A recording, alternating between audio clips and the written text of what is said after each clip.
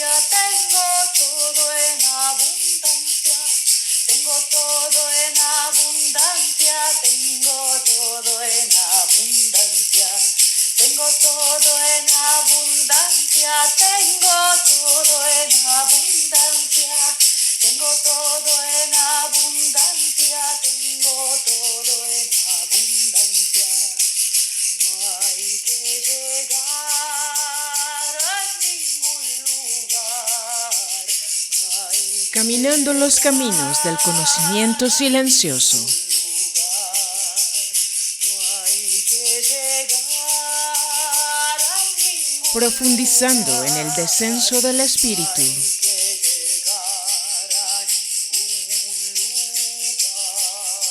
De la mano de Carlos Castaneda.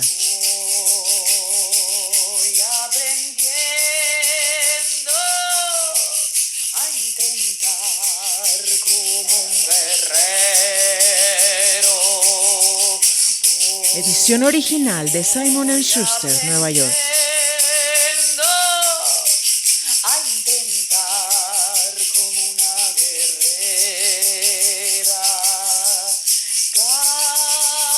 Caminito del corazón.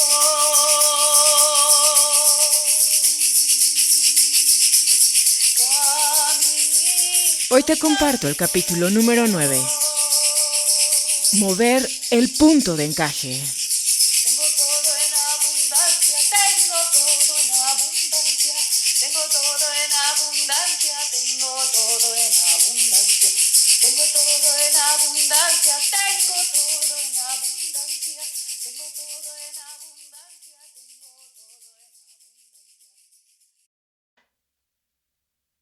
Un par de días más tarde, don Juan y yo emprendimos un viaje a las montañas.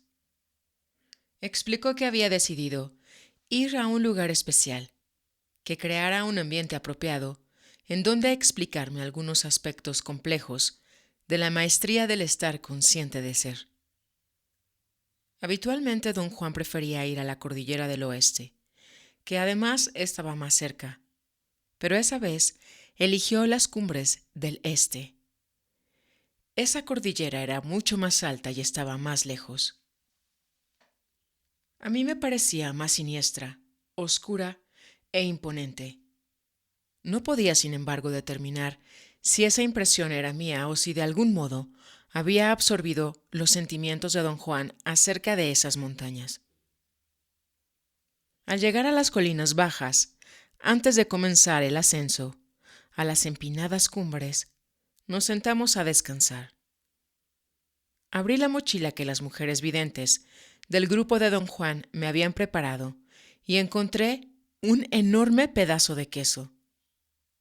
Al verlo, experimenté un momento de fastidio, como me sucede de costumbre, ya que el queso me ha encantado toda la vida, pero nunca me ha sentado bien, y siempre he sido incapaz de rechazarlo.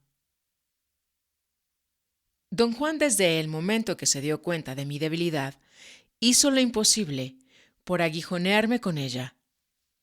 Al principio me sentí muy avergonzado, pero mi vergüenza disminuyó al descubrir que cuando no había queso a mi alrededor, no lo echaba de menos.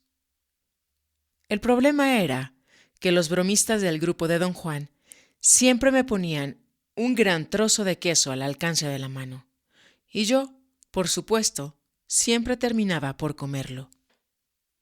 «Termínalo en una sola sentada», me aconsejó don Juan, con un destello de malicia en los ojos. «Así no tendrás que preocuparte más por el asunto». Probablemente, bajo la influencia de tal consejo, tuve el enorme deseo de devorar todo el trozo.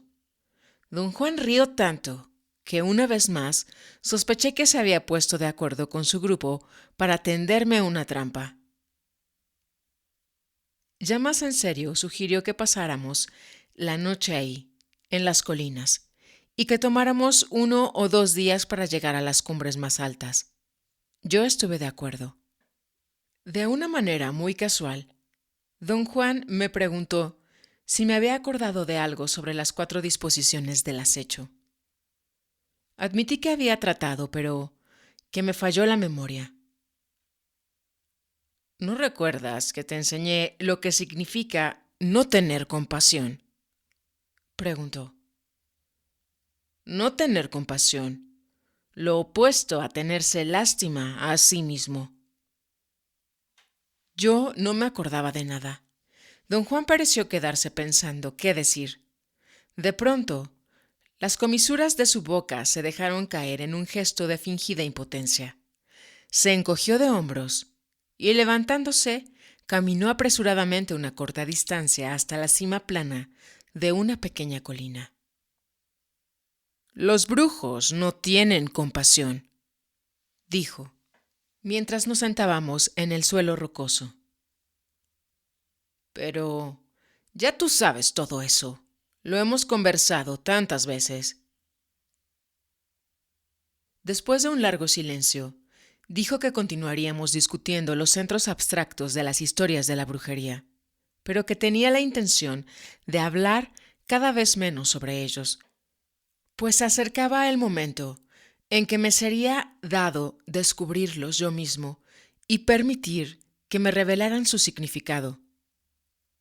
Como ya te he dicho, continuó, el cuarto centro abstracto se llama el descenso del espíritu, o ser movido por el intento.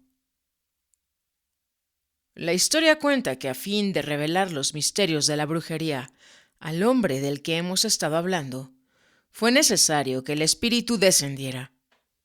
El espíritu eligió un momento en que el hombre estaba distraído, con la guardia baja, y sin mostrar piedad alguna, dejó que su presencia moviera, por sí misma, el punto de encaje de ese hombre a una determinada posición.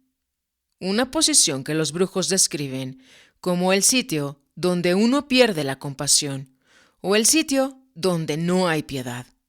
Puesto que el hombre de nuestra historia perdió ahí la compasión, el no tener compasión se convirtió en el primer principio de la brujería. El primer principio nunca debe confundirse con el primer efecto del aprendizaje de brujería, que es el moverse desde la conciencia normal a la conciencia acrecentada. No comprendo lo que trata usted de decirme, me quejé. Lo que quiero decir es que todas las apariencias, el moverse de un estado de conciencia al otro, es lo primero que le ocurre a un aprendiz de brujo, replicó. Por consiguiente, es natural para un aprendiz asumir que el movimiento del punto de encaje es el primer principio de la brujería, pero no es así. El primer principio de la brujería es el no tener compasión. Pero ya hemos hablado anteriormente de esto. Solo estoy tratando de hacerte acordar. En ese momento, pude sinceramente haber dicho que no tenía ni la menor idea de lo que don Juan decía, pero también pude haber dicho que tenía la extraña sensación de que lo sabía muy bien.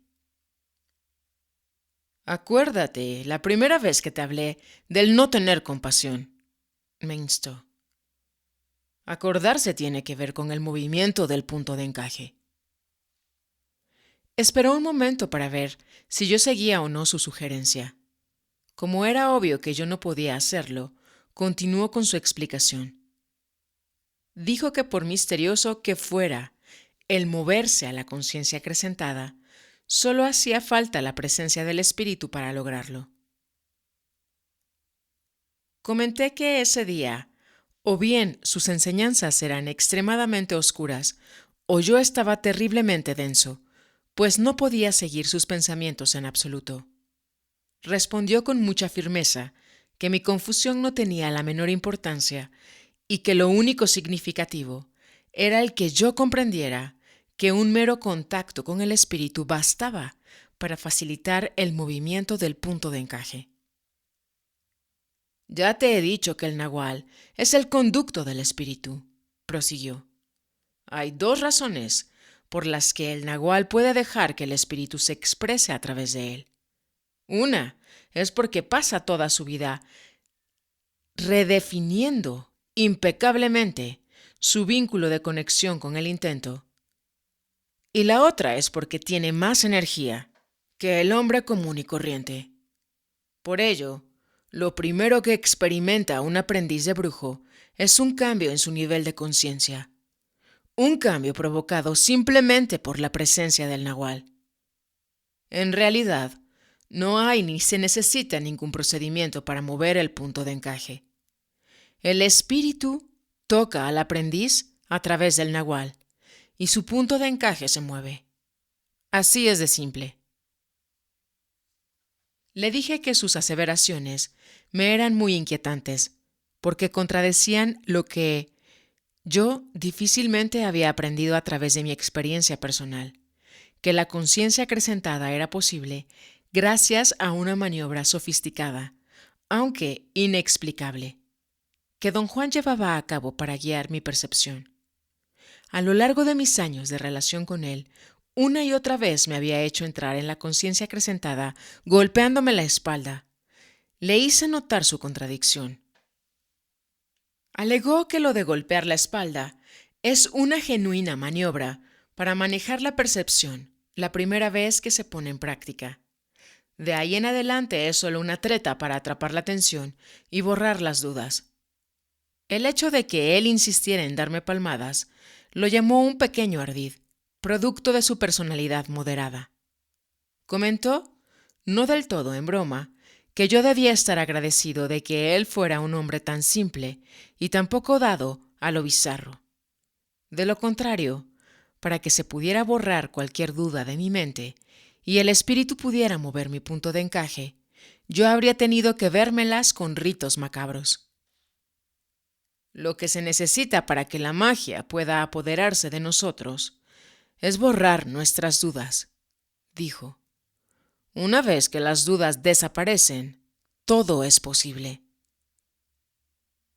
Me hizo recordar un acontecimiento que yo había presenciado algunos meses antes en la Ciudad de México, el cual me había resultado incomprensible hasta que él me lo explicó utilizando el paradigma de los brujos.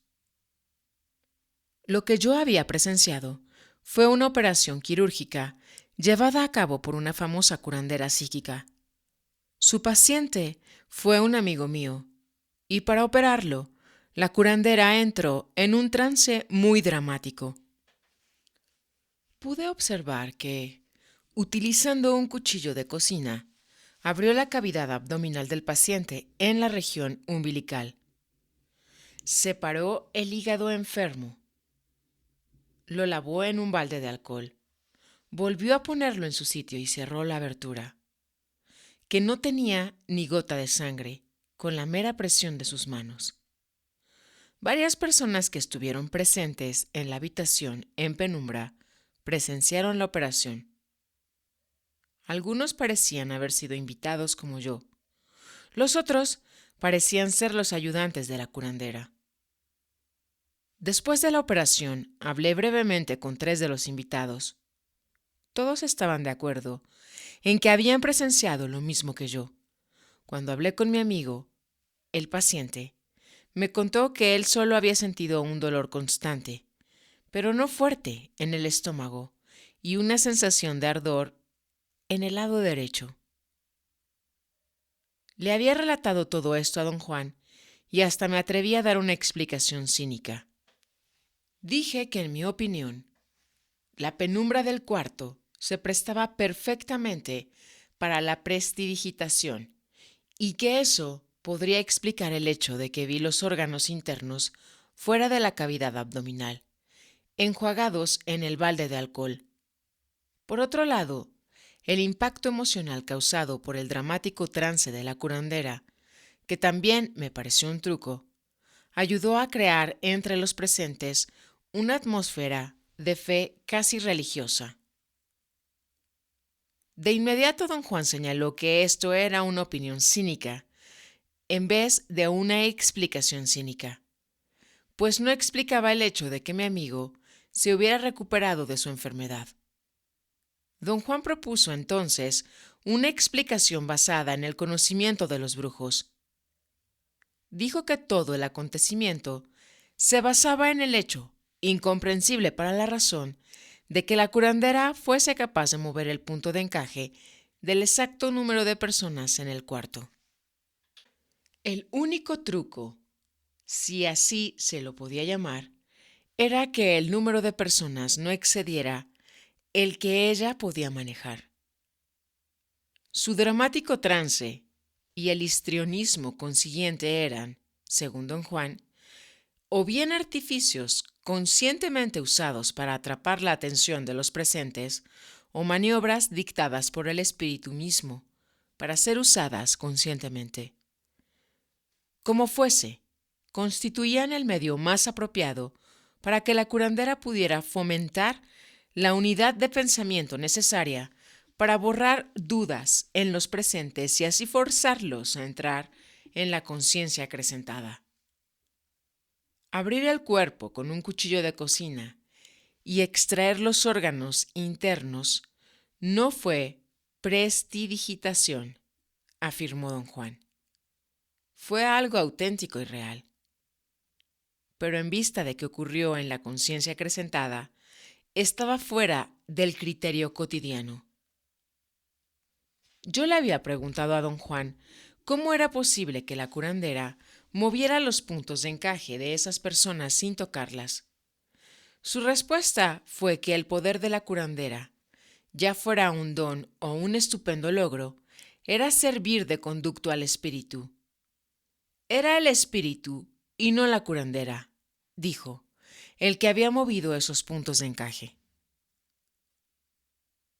Cuando tú me contaste la historia de la curandera, dijo don Juan, te expliqué, aunque tú no comprendiste ni una sola palabra, que el arte y el poder de esa mujer consistían en borrar las dudas de los presentes.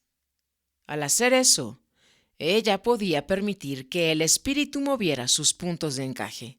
Una vez que esos puntos estaban en una nueva posición, todo era posible. Habían entrado en el reino a donde los milagros son cosa de todos los días. Aseguró que la curandera debía ser también bruja. Dijo que si yo hacía un esfuerzo por recordar la operación, vería que ella había mostrado no tener compasión con los presentes, especialmente con el enfermo. Le repetí que me acordaba de la sesión, tanto el timbre como el tono de la voz, seca y femenina de la curandera. Cambiaron dramáticamente cuando entró en trance. Su voz se volvió ronca y profunda como la de un hombre. Fue esa voz la que anunció que el espíritu de un guerrero de la antigüedad precolombina se había posesionado del cuerpo de la curandera. Una vez que el anuncio fue hecho, la actitud de la mujer cambió dramáticamente. Estaba poseída. Absolutamente segura de sí misma, procedió a operar con total certidumbre y firmeza. En vez de decir que tenía certidumbre y firmeza, comentó don Juan, yo preferiría decir que esa curandera, a fin de crear un ambiente adecuado para la intervención del espíritu, no tuvo compasión. Aseveró que sucesos difíciles de explicar como esa operación eran en realidad muy simples. Lo que los tornaba difíciles era nuestra insistencia en analizarlos con pensamientos cotidianos. Si no pensábamos, todo resultaba claro. Si no pensamos... Pero eso es absurdo, don Juan, dije con toda sinceridad. Le recordé que él mismo exigía que todos sus aprendices pensaran en serio. Hasta criticaba a su propio maestro por su flaqueza de pensamiento. Por supuesto que insisto en que todos cuantos me rodean piensen con claridad, dijo. Pero también explico, a quien me quiere escuchar, que el único modo de pensar con claridad es no pensar en absoluto. Yo creía que tú comprendías esa contradicción de la brujería. Casi a gritos, lo acusé de hablar en acertijos. Riendo a carcajadas, se burló de lo que él llamó mi compulsiva necesidad de defenderme. Luego explicó que para los brujos había dos maneras de pensar. Una era la manera normal y cotidiana, regida por la posición usual del punto de encaje, una manera que dejaba todo en una gran oscuridad y producía pensamientos poco claros que no servían para mucho. La otra era una manera de pensamientos precisos, funcional y económica, que dejaba muy pocas cosas sin explicar. Don Juan comentó que para que cesara la manera normal de pensar, era indispensable mover el punto de encaje. O era indispensable hacer cesar la manera normal de pensar para así permitir que el punto de encaje se moviera. Aseguró que si uno encaraba sin pensamientos esta aparente contradicción, no era contradicción en absoluto. Quiero que te acuerdes de algo que hiciste en el pasado, dijo. Debes acordarte de un movimiento especial de tu punto de encaje. Para acordarte como yo quiero que lo hagas, tienes que dejar de pensar pensamientos normales.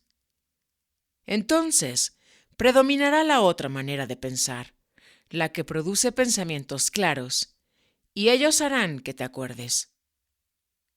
¿Y cómo dejó de pensar?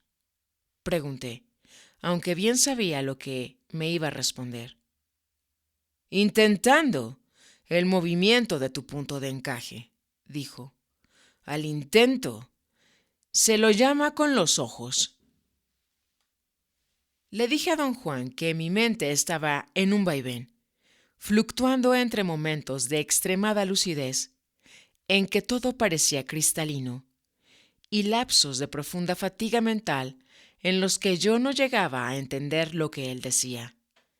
Trató de tranquilizarme, explicando que mi inestabilidad se debía a una ligera fluctuación de mi punto de encaje, el cual aún no se hallaba fijo en su nueva posición, alcanzada algunos años antes. La fluctuación era resultado del residuo de mi compasión por mí mismo, que todavía existía en mí. ¿Qué nueva posición es esa, don Juan?, pregunté. Hace años, y esto es lo que quiero hacerte recordar, tu punto de encaje llegó al sitio donde no hay compasión, respondió. ¿El sitio donde no hay compasión?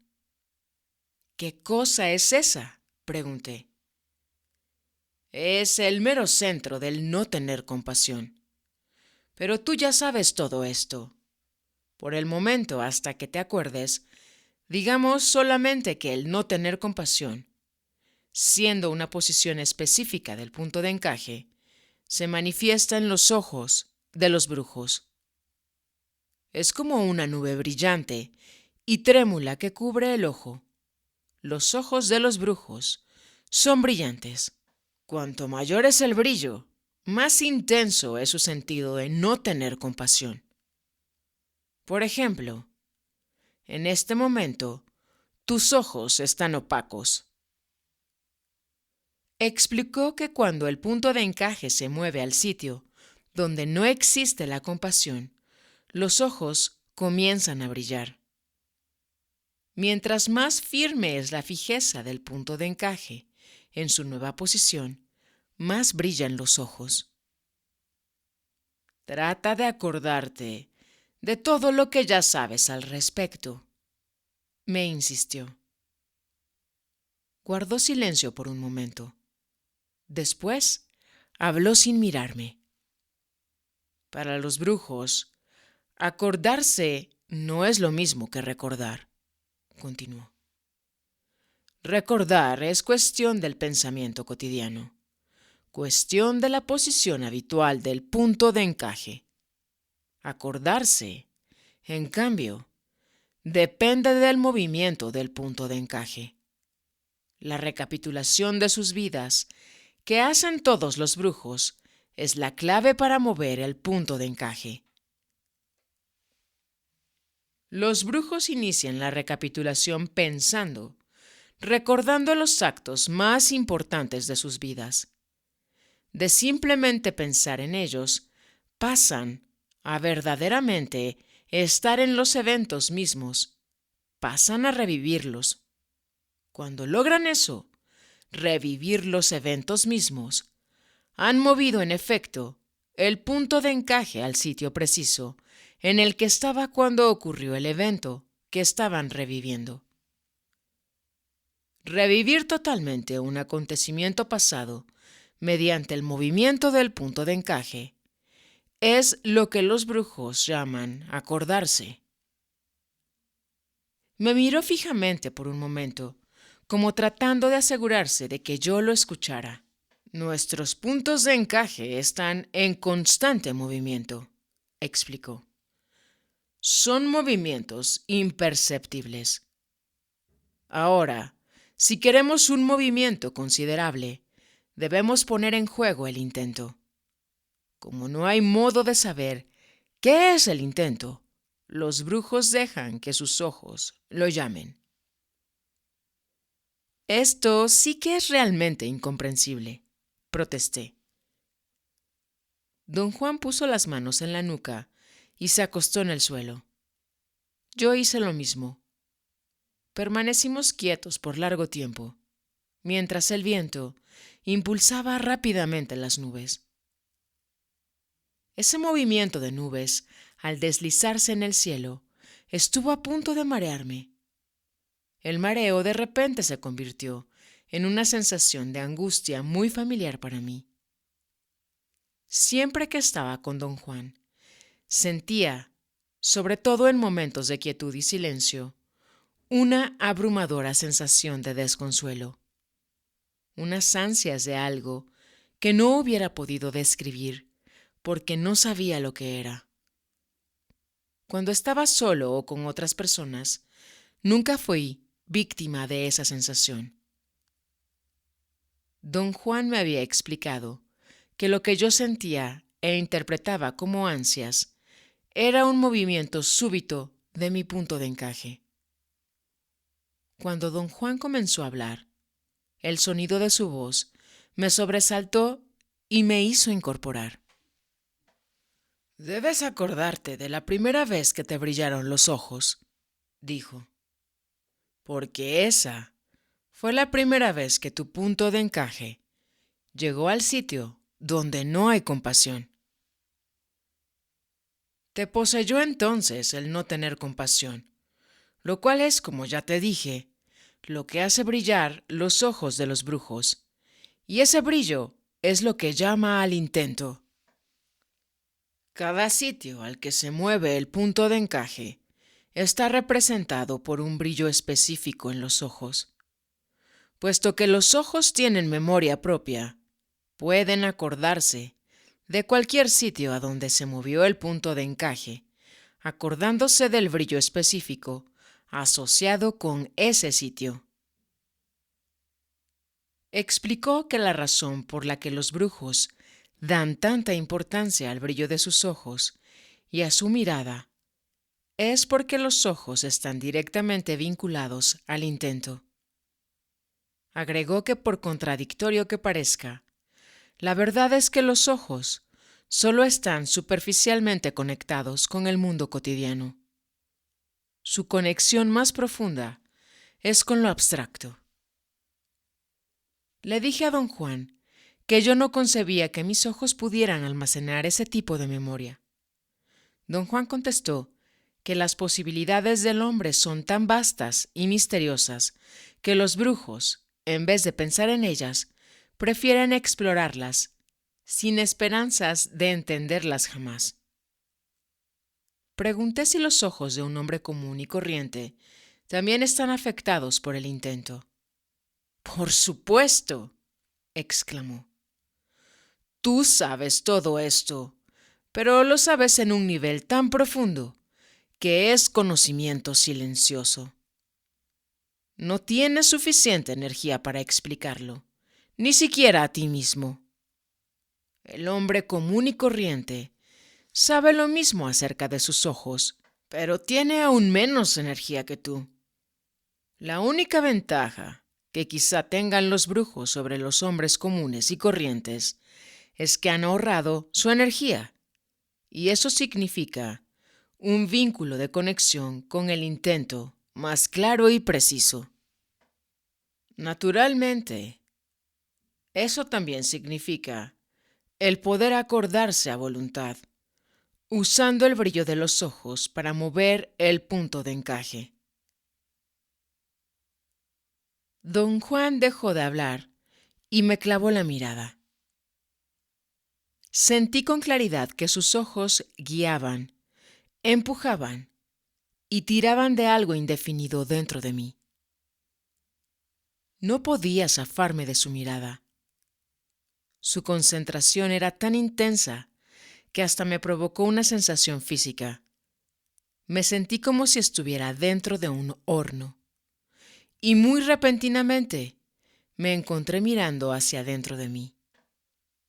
Era una sensación muy parecida a la de dejarse llevar por una distraída fantasía mental, pero con una diferencia muy extraña. Yo tenía una intensa conciencia de mí mismo y una falta total de pensamientos. Supremamente consciente de mí mismo, yo miraba hacia la nada que existía dentro de mí. Con un esfuerzo gigantesco, me arranqué de esa nada y me puse de pie. ¿Qué me está usted haciendo, don Juan?, pregunté alarmado. A veces eres absolutamente insoportable, respondió. Me enfurece el modo cómo desperdicias tu energía. Tu punto de encaje estaba justo en el sitio más ventajoso para hacerte acordar de lo que quisieras. ¿Y qué es lo que haces? Lo desperdicias para preguntarme ¿qué te estoy haciendo? Me senté. Estaba realmente avergonzado. Don Juan sonrió. Pero el ser cargoso y a veces inaguantable es tu mayor ventaja, agregó. ¿Por qué habría yo de quejarme? Los dos estallamos en una fuerte carcajada. Era un chiste entre él y yo. Años atrás, yo me había sentido profundamente conmovido y al mismo tiempo muy confuso por la tremenda dedicación que don Juan ponía en ayudarme. No lograba imaginar por qué me demostraba tanta bondad. Era evidente que yo no le hacía falta en absoluto, por lo tanto, no lo hacía por interés. Pero yo había aprendido a través de las duras experiencias de la vida que nada es gratis, y al no poder imaginar qué recompensa esperaba don Juan, me sentía muy intranquilo. Un día le pregunté, sin más ni más y en tono muy cínico, ¿qué sacaba él de nuestra asociación? Dije que no había podido adivinarlo. Nada que tú puedas comprender, respondió. Su respuesta me enojó. Le dije belicoso que yo no era estúpido y que por lo menos él podía hacer el esfuerzo de explicármelo. Bueno, déjame decirte tan solo que, aunque podrías comprenderlo, lo seguro es que no te va a gustar, replicó, con esa sonrisa que siempre tenía cuando me estaba tendiendo una trampa. Verás, la verdad es que quiero ahorrarte eso. Mordí el anzuelo. Insistí en que me lo dijera. ¿Estás seguro de que quieres saber la verdad?, me preguntó, a sabiendas de que yo jamás diría que no. Por supuesto que quiero saber qué es lo que usted se trae, contesté en tono cortante. Se echó a reír como si se tratara de un chiste. Cuanto más se reía, mayor era mi enfado. No le veo nada de divertido a todo esto, dije. A veces es mejor no entrometerse con la verdad, dijo. La verdad, en este caso, Es como un bloque de piedra al pie de un gran montón de cosas. Digamos una piedra angular. Si la sacamos, tal vez no nos gusten los resultados. A lo mejor, el gran montón de cosas se viene abajo. Yo prefiero evitar eso. Volvió a reír. Sus ojos brillando de picardía parecían invitarme a seguir con el tema. Y yo insistí en saber. Traté de mostrarme sereno pero persistente. Bueno, si eso es lo que quieres, dijo, con el aire de quien se ha dejado persuadir. Primeramente, me gustaría decir que todo cuanto hago por ti es gratis. No tienes que pagar nada. Como tú bien lo sabes, he sido impecable contigo. Y mi impecabilidad contigo no es una inversión. No lo hago por interés. No te estoy preparando para que me cuides cuando esté demasiado viejo para cuidarme solo. Pero sí saco de nuestra relación algo de incalculable valor. Una especie de recompensa por tratar impecablemente con esa piedra angular que he mencionado. Y lo que saco es justamente lo que quizá tú no vas a comprender o no te va a gustar. Paró de hablar y me miró con fijeza, jugando con el malévolo destello de sus ojos. Dígamelo de una vez, don Juan, exclamé, irritado por sus tácticas dilatorias. Quiero que tengas bien en cuenta que te lo digo debido a tu insistencia, dijo sonriendo. Volvió a hacer otra larga pausa. Para entonces, yo estaba echando humo. Si me juzgas por mi modo de ser contigo, continuó, tendrás que admitir que he sido un dechado de paciencia y consistencia. Pero lo que tú no sabes es que para lograr eso he tenido que luchar como nunca he luchado en mi vida. A fin de estar contigo, he tenido que transformarme diariamente, conteniéndome a base de penosísimos esfuerzos. Don Juan tuvo razón. No me gustó lo que decía. No quise quedar mal y traté de bromear. ¿A poco va usted a decir que soy inaguantable? Dije, y mi voz me sonó asombrosamente forzada. Claro que eres inaguantable, dijo él con expresión seria. Eres mezquino, caprichoso, porfiado, dominante y vanidoso. Eres malgeniado, tedioso y desagradecido. Tienes una inagotable capacidad para los vicios. Y lo peor, tienes una idea muy exaltada de ti mismo, sin nada con qué respaldarla. Podría decir, con toda sinceridad, que tu sola presencia me dan ganas de vomitar. Quise enojarme, quise protestar, quejarme de que él no tenía derecho a hablarme de ese modo.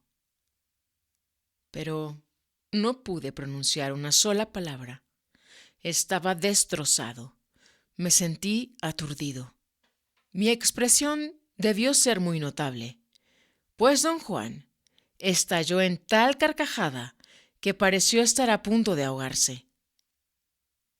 Te advertí que ni te iba a gustar ni lo ibas a entender, dijo. Las razones del guerrero son muy simples, pero de extremada finura. Rara vez tiene el guerrero la oportunidad de ser genuinamente impecable, pese a sus sentimientos básicos. Tú me has dado tal inigualable oportunidad. El acto de dar, libre e impecablemente, me rejuvenece, renueva en mí la idea de lo maravilloso. Lo que obtengo de nuestra relación es en verdad algo de tan incalculable valor para mí que estoy irremediablemente endeudado contigo. Sus ojos brillaban sin picardía. Don Juan empezó a explicar lo que había hecho. Soy el nahual. Moví tu punto de encaje con el brillo de mis ojos, dijo, como si no tuviera importancia. Los ojos de todos los seres vivientes pueden mover el punto de encaje, sobre todo si están enfocados en el intento. Bajo condiciones normales, la gente enfoca los ojos en el mundo, en busca de comida, de refugio, de protección. Me tocó el hombro. O en busca de amor, agregó, prorrumpiendo en una fuerte carcajada. Don Juan se burlaba constantemente de mi búsqueda de amor. Nunca olvidó una respuesta ingenua que le di cierta vez al preguntarme él qué buscaba yo en la vida. Un momento antes me había estado guiando hacia la admisión de que yo no tenía metas claras en mi vida. Bramó de risa al oírme decir que yo buscaba amor. Un buen cazador hipnotiza a su presa con los ojos, prosiguió. Es una extraña paradoja la del cazador. El cazador mueve con la mirada el punto de encaje de su presa, y sin embargo, sus ojos están enfocados en el mundo, en busca de comida. Le pregunté si los brujos podían hipnotizar a la gente con la mirada. Riendo entre dientes, dijo que en realidad lo que yo quería saber era otra cosa. Si podía hipnotizar a las mujeres con mi mirada, pese a que mis ojos no estaban enfocados en el intento, sino en el mundo en busca de amor. Lo que te interesa es la paradoja del cazador, dijo entre carcajadas. Pero luego agregó en serio que la válvula de seguridad de los brujos consistía en que cuando llegaban a enfocar sus ojos en el intento, ya no les interesaba hipnotizar a nadie. Pero para mover con el brillo de sus ojos el punto de encaje propio o uno ajeno, continuó, los brujos tienen que ser despiadados, es decir, deben estar familiarizados con el sitio donde no hay compasión. Esto es en especial cierto para los nahuales. Dijo que cada nahual desarrolla una forma específica de no tener compasión. Tomó mi caso como ejemplo y dijo que, debido a mi configuración natural, los videntes me veían como una esfera de luminosidad, no compuesta de 4 bolas comprimidas en una sola, la estructura habitual de los nahuales, sino como una esfera compuesta de solo 3 bolas comprimidas. Esa configuración me hacía ocultar automáticamente mi falta de compasión tras la máscara de un hombre que se entrega fácilmente a todo. Los nahuales son muy engañosos, continuó. Siempre dan la impresión de ser lo que no son, y lo hacen tan bien que todo el mundo les cree, hasta los que mejor los conocen. Realmente no comprendo por qué dice usted que soy engañoso, don Juan, protesté. Te presentas como un hombre que se da a todo, dijo. Das la impresión de ser generoso, de tener gran compasión, y todo el mundo está convencido de tu autenticidad. Hasta jurarían que eres así.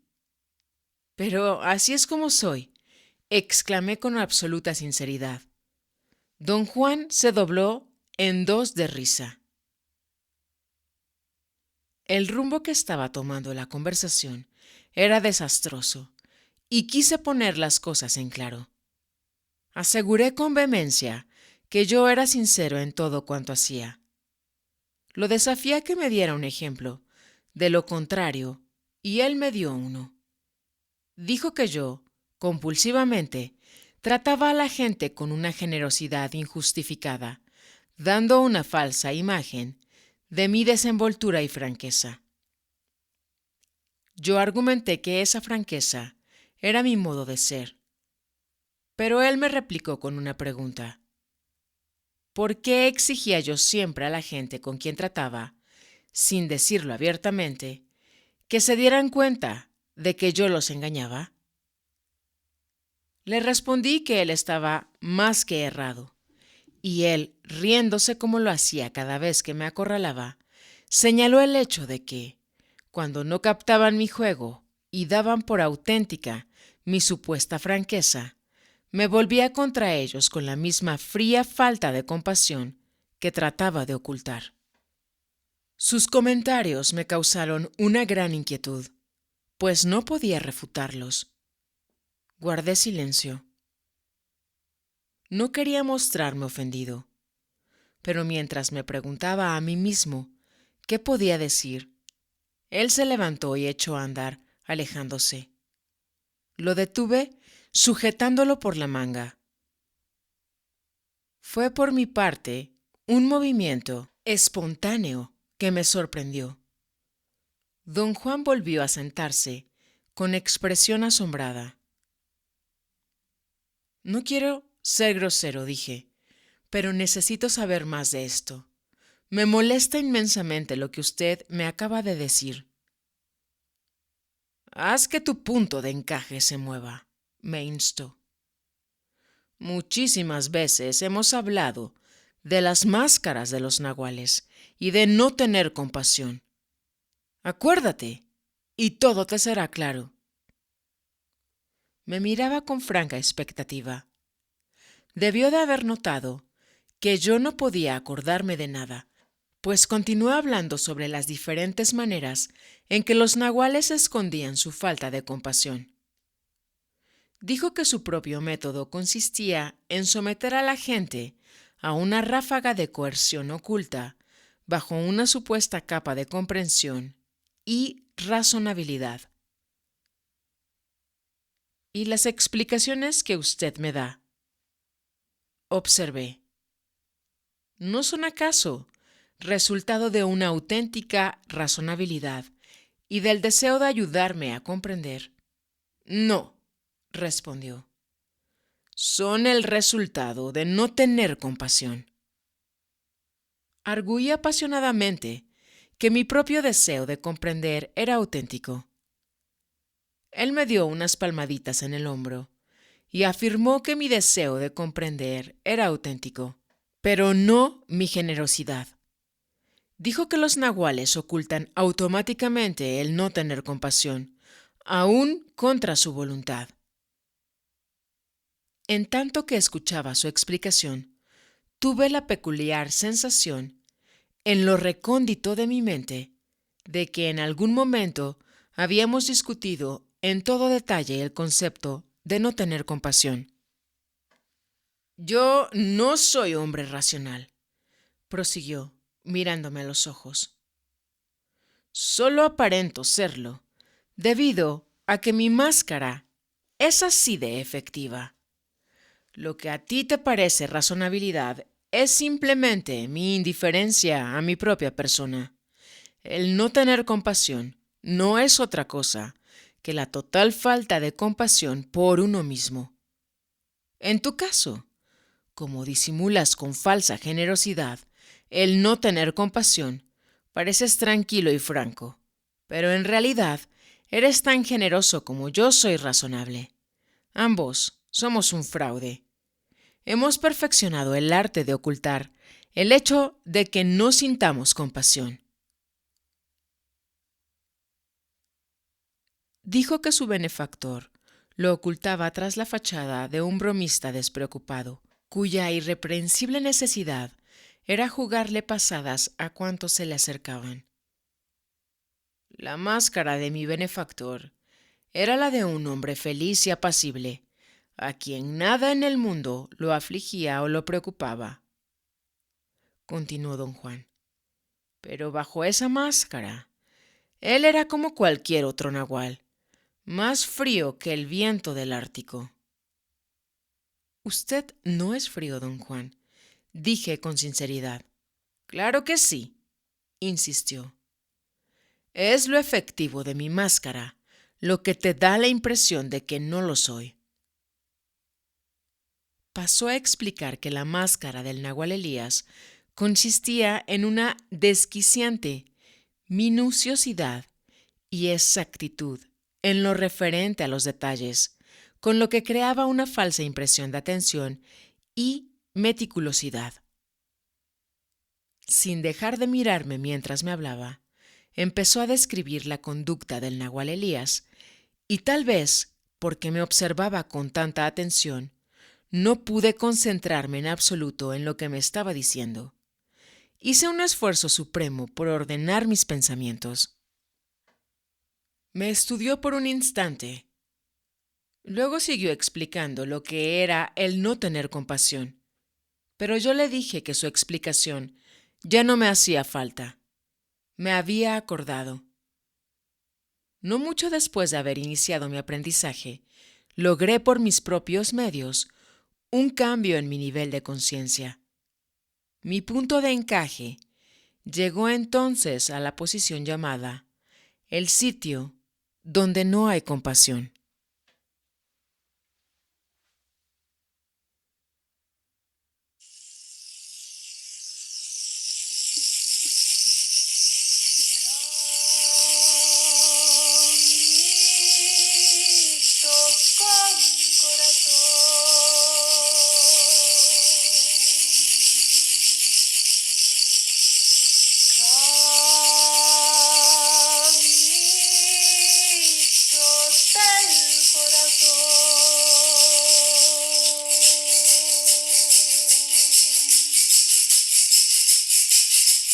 Tengo todo en abundancia, tengo todo en abundancia, tengo todo en Emitiendo juntos energía fina. todo en abundancia, tengo todo en abundancia, tengo todo Domingo 25 de diciembre del año 2022. Día del nacimiento del sol.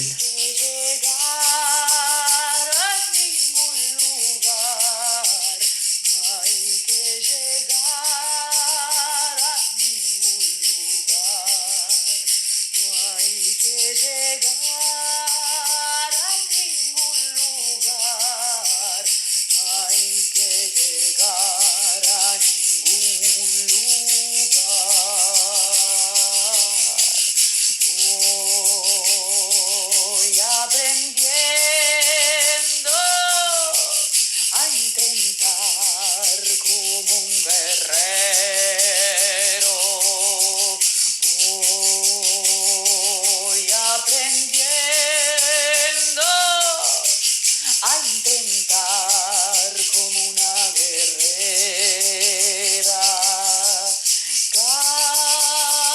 caminito del corazón. Vibrando desde el hemisferio norte de la Gran América, en la hermosa Madre Tierra. Todo en abundancia, tengo todo en abundancia, tengo todo en abundancia, tengo todo en abundancia, tengo todo en abundancia, tengo todo en abundancia, tengo todo en abundancia, tengo todo en abundancia. No hay que